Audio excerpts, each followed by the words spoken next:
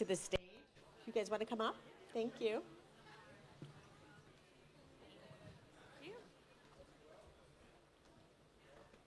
Thank you so much to GLAAD and Kantar and Getty Images for bringing us all together today. We're going to share some pretty amazing research and some great insights. Let me introduce to you Jane Osler, who's the EVP of Thought Leadership at Kantar. Thank you for being with us today. Thank you very much. Great. Okay, well, welcome everybody, and thank you for attending our session. This is really interesting and exciting because today we are launching some new pieces of research that we've been doing with GLAAD, and we're all going to be talking about what we found in those pieces of research. Obviously, the topic of LGBTQ+ is super important, particularly in advertising, in communications. We are very passionate at Kantar about getting representation right and doing things right, and advertisers have a lot on their plates today. They have a lot of things to think about, but they also have a lot of risks that they're taking, and sometimes they get it wrong. So we're here to help people get it right, I think. That's the idea. And it all fuels brand growth. So, you know, if your brand gets your communications right, it's all good news for your brand. You know, the other thing is that it's not just about the advertising, it's also about the audience and about the audience's buying power. And we estimate that there's about $1.5 trillion of buying power from this community alone in the US. So it's really important to get the communications and the messaging absolutely right. But there are some headwinds as well. There's socio-political forces in the US in particular. There's quite a lot of controversy about some campaigns that are going on at the moment. And so it's a very nuanced topic, and so we're glad to be helping everybody improve their advertising, but also learn from what's going on, learn from what works and what doesn't, and frankly, get the basics right at the same time. So I'm really pleased today to be introducing Rich Ferraro, who is Chief Communications Officer at GLAAD. We also have Adrienne Hayes at the end there, who's VP of Marketing, Global Exec Sponsor of Google's LGBTQ+ Employee Resource Group. And also Tristan, who's here, who's Head of Creative Insights at Getty Images. So welcome to you all. So there's a couple of pieces of research which I'm going to ask Rich to talk about. But what we're going to really be focusing on today is what the implications are, and hopefully illustrate with some really interesting examples, both good and bad, so we can all learn from the research that we've done. But first of all, what I'm going to do is ask everybody to describe a little bit about what they do, what their job. So Rich, what is your job? What do you do each day? I'm gay for pay. I'm Rich Ferraro. I'm the Chief Comms Officer at GLAAD, like you said. So I oversee GLAAD's brand communications, and then I also oversee all of our external-facing advocacy, because GLAAD is an organization that is rooted in media and communications. Our theory of change that everyone here at Cannes Lions can appreciate is that what people see in the media has a huge impact in the decisions made every day. Yeah. So our team at GLAAD works behind the scenes or front-facing in media to do the public education work and the campaigns, and be a resource to Hollywood, to news, to publishing, you name it. GLAAD is generally there behind the scenes, and more we're doing that with brands. Wow. Okay, so it sounds like a big role. And also, then we have Tristan. What's your role in terms of Head of Creative Insights? What does that mean for you at Getty Images? We just made that up, honestly. No, my team, I love the work that we do. We have the great privilege of having access to all the data that how brands engage with our content, right? We work with the biggest brands in the world, and so we know what you're doing. We know what you're downloading. We know what you're searching for, and we help contextualize that. We do a lot of deep research in talking about visual language, how it's evolving across the industry, across advertising, across media, and what we like to do is talk about how things are changing messaging, where the direction needs to head, and identify opportunities for shifting some of the language. So a lot of the work we've been doing in the last few years has been focused primarily on DE&I, and we've been working very closely with our partners over at GLAAD to focus on LGBTQ plus representation, especially when it comes to how brands do that work. And given all the controversy that you've already mentioned, I mean, it's so important. I mean, this is such a timely and prescient conversation to be having right now. Great, great. So very influential in imagery at the moment. Try to be. Yeah, of course. And Adrienne, describe your role. What's your role at Google? I love when you say my name. I might have to have How you do you introduce say me. it? Well, I just the American way with this Adrian. Adrian. You know, like Rocky, Okay, yo, Adrienne. Adrian. Okay. Adrienne sounds so much more elegant. Thank you. I do what I can. Yeah. I have 2 jobs you mentioned at Google. One pays and one is for personal fulfillment. The first one is our VP of Global Brand Marketing for all of our first-party consumer electronics at Google. So our Pixel family of devices, which we're hoping anyone and everyone will switch to, Nest devices, as well as Fitbit devices. So putting all of Google's help in people's hands and homes is really my role. I have the privilege within that of storytelling around those products, and helping lead things like inclusion, representation. The other part of my job is the executive sponsor of our internal employee resource group that includes LGBTQ plus community. So, that's helping our internal employees find a sense of belonging and inclusion, as well as making sure Google's representing itself and its brand externally as best we can. Okay, so 2 jobs, but they kind of interrelated as well, which is great. Yes. Thank you. So I'm going to ask Rich in a minute to talk about these individual pieces of research. But one of the interesting findings, and it was conducted among 18-plus adults in the US, by the way, so that was the grounds for the research, is that nearly 2/3 of consumers say that LGBTQ representation is explicit enough or obvious enough to be noticed by most people.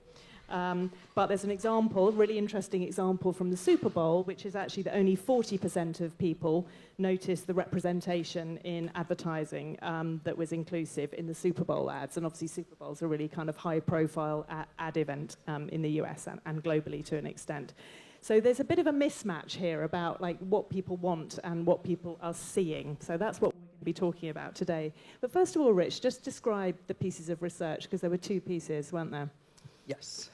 So today we are unveiling GLAAD's first ever advertising visibility index. So we measured LGBTQ representation in television and in film for decades. And what we've seen is that when GLAAD creates that accountability, the industries step up on inclusion. And we serve as a resource and a sounding board for them.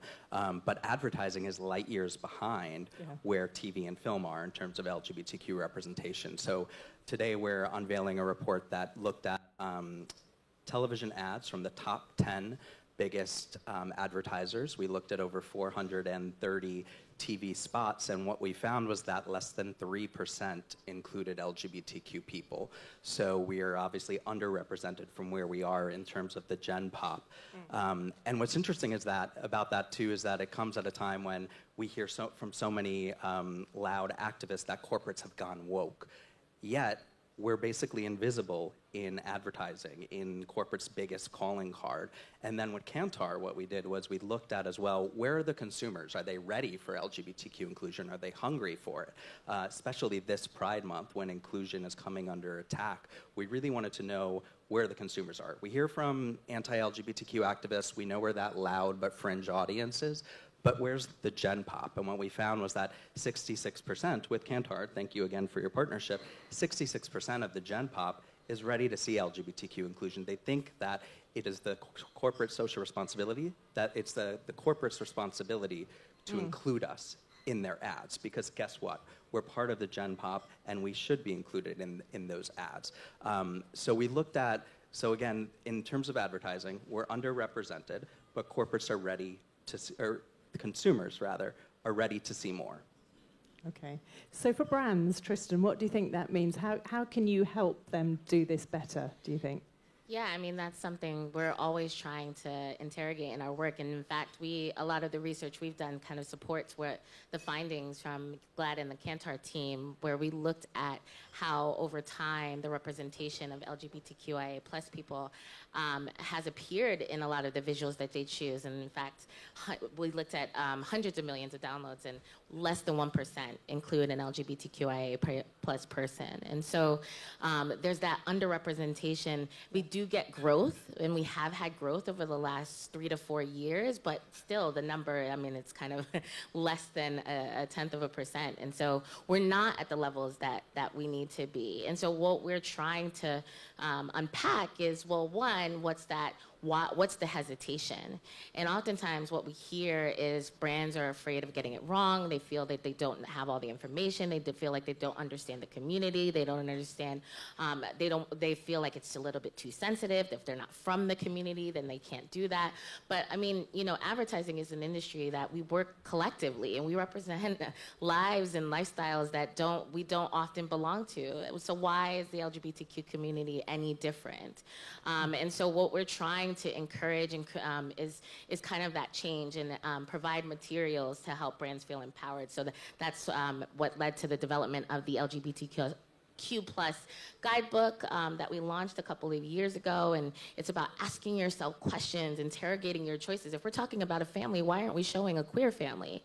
If we're talking about some folks at work, which is a place where LGBTQI plus people are often discriminated against, and definitely woefully underrepresented in, we have jobs. I have a job. I'm also gay for pay. So, like, you know, I think the thing is, you have to show folks where they are in their lives as authentically as they can. And what we're trying to do is kind of help brands do that.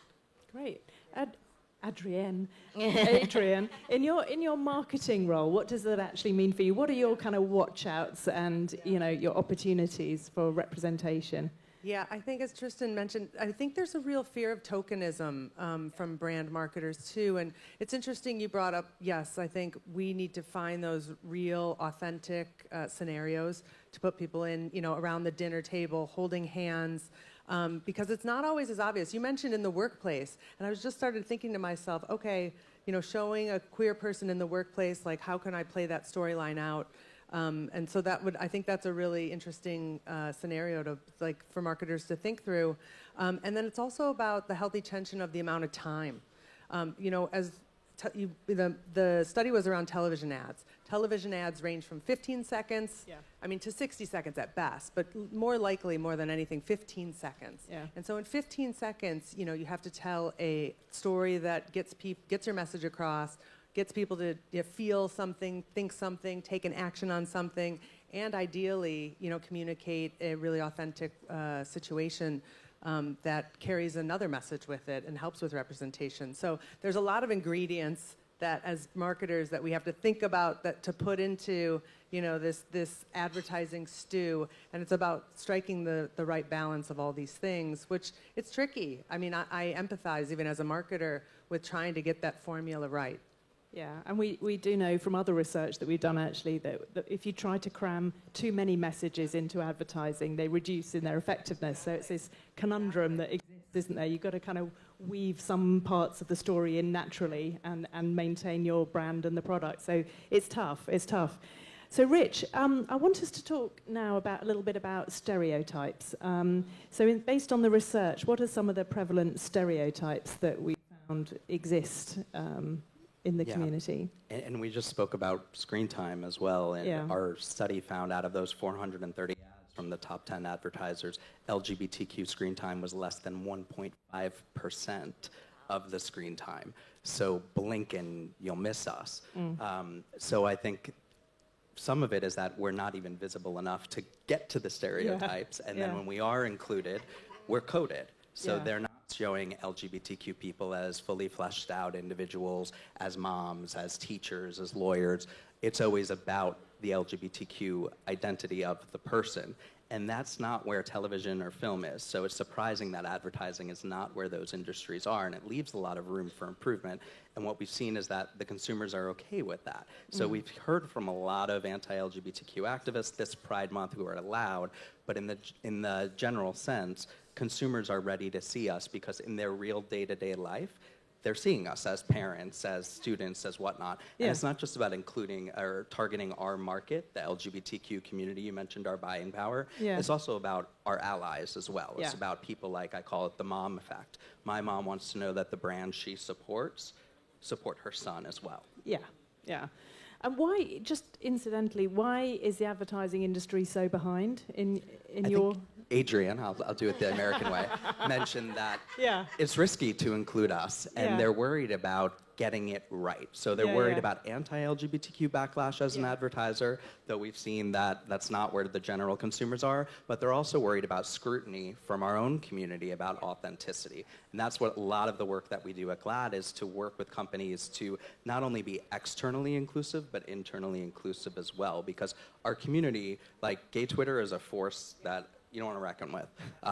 And they will do the homework for you if you're a brand who hasn't done your homework. So Yeah. are you donating to anti-LGBTQ politicians as a corporate? Are you inclusive in your benefits? And then when you're doing inclusion in advertising and public communications, is it fair and accurate? And are you tokenizing like my fellow panelists said earlier? Or is it just about including us as you would any other community?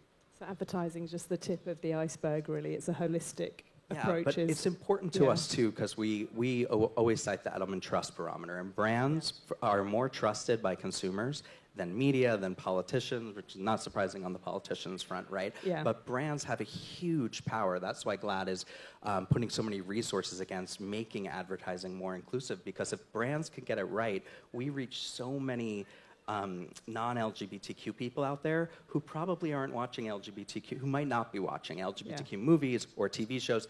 Ads are pervasive, and if we can harness that power to just reflect the real world, which includes our community, we could reach so many people with stories and with images that'll move them. We're talking about images. Let's move on to you, Tristan. So how is Getty Images helping advertisers? Like, just describe, I want to talk about the how. What kind of things are you doing to support advertisers in making the right choices of images? How do you help them? Yeah, I do a lot of work with brands, and we do a lot of workshops about your visual choices that you're making. And one of the things I always say when we ground the workshop is we have to name our monsters. We have to name kind of the bad habits that we are continuing to perpetuate in the work that we do. So we really, even us, I mean, we are not innocent ourselves, and we're constantly trying to interrogate even our own practices and our own habits, and also name the habits of brands. And so to the point that Rich made about all of the stereotypes that might exist, I mean, one of the things that we found was that there's like an over-reliance on a lot of pride, or pride flags, pride imagery, pride symbolism, to the exclusion of other types of storytelling. And when you draw a brand's attention to that, they're like, oh. And then the question goes, as Adrienne kind of, now I'm wanting to pronounce Please it just do. like Jane. Please do. Adrienne. As Adrienne mentioned earlier, the thing that that a lot of brands might do also is kind of symbolize, over-index on tokenizing folks. So we would get like someone from every different background and try and include them, and so you still don't get that kind of depth of storytelling as well. And so we're trying to kind of name that and draw their attention to that, and that's what the work has been. It's creating these toolkits and say, okay, well, here's what you're doing. There's a lot of over-indexing on, pride symbolism, or even you'll have gender stereotypes of like gay men as flamboyant, which we know exists in the world, and there's nothing necessarily wrong with that. But when that's the only representation, you kind of create this caricature of the community in your mind, or lesbians as masculine. There's a whole kind of different sorts of gender presentation. Or folks will ask us, well, how do you know if this person is part of the community then? And it's like, well, no. Well, one of the things we're also pushing for is real casting. Yeah. So we actually pulled an image recently because they were not a real couple. They were not a real LGBTQIA plus person, and we were going to include them in the collection, and we're like, no, that we can't do that. We have to kind of change how we even approach casting, whether you're working with us or you're casting for your own work. We're trying to really center real folks so that regardless of what stories are being told, they're true LGBTQIA stories, because by virtue of having an LGBTQIA plus person in the frame. That's great. We'll talk about, you know, the casting in a second. One of the things that I think the research found was that over 70% of inclusive ads featured LGBTQ celebrities. But we also find that actually celebrity inclusion is the least effective driver for telling LGBTQ stories in advertising. So that's quite interesting. And I wanted to ask you about the Super Bowl example that we were talking about earlier, because obviously a lot of celebrities have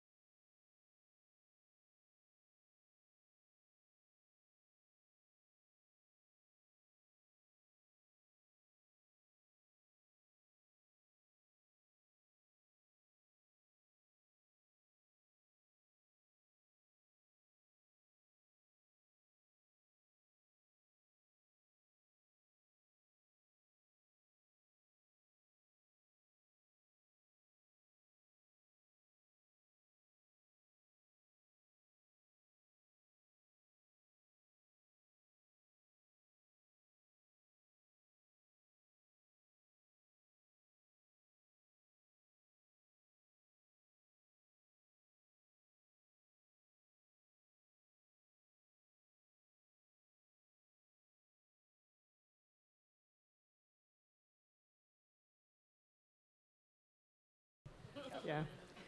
Great. Good stuff. That's really helpful. Thank you. So I think there's something